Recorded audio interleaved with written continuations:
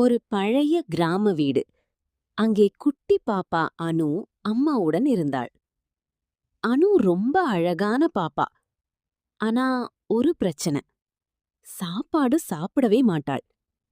அம்மா தினமும் சொல்வார், அனு சாப்பிடு. ஆனா அனு சிரிச்சிட்டு ஓடிடுவாள். ஒரு நாள் இரவு மின்சாரம் போயிற்று. வீடு முழுக்க இருட்டு. அப்போது ஜன்னல் வெளியே இருந்து மெதுவாக சத்தம் கேட்டது. சாப்பிடலன்னா? அம்மா நின்றார். மீண்டும் அந்த சத்தம். பிடிச்சிட்டு போயிடுவேன். ஜன்னல் தானாக திறந்தது. குளிர்காற்று உள்ளே வந்தது. அனு அழ ஆரம்பித்தாள். கதவு அருகே ஒரு வெள்ளை நிழல் நின்றது. மெதுவாக உள்ளே வந்தது.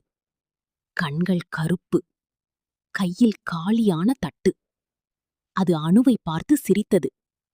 சாப்பாடு வீணாக்கிற பாப்பாவை நான் கூட்டிட்டு போவேன். அனு பயந்து அம்மாவை கட்டிப்பிடித்தாள். அம்மா உடனே சாதம் கொண்டு வந்தார். அனு அழுதுகிட்டே எல்லாம் சாப்பிட்டாள். அந்த நிழல் மெதுவாக மறைந்தது. ஆனா இன்னும் அந்த கிராமத்தில் சாப்பிடாத குழந்தை வீட்டு ஜன்னலில் இரவில் தட்டு சத்தம் கேட்குமாம்.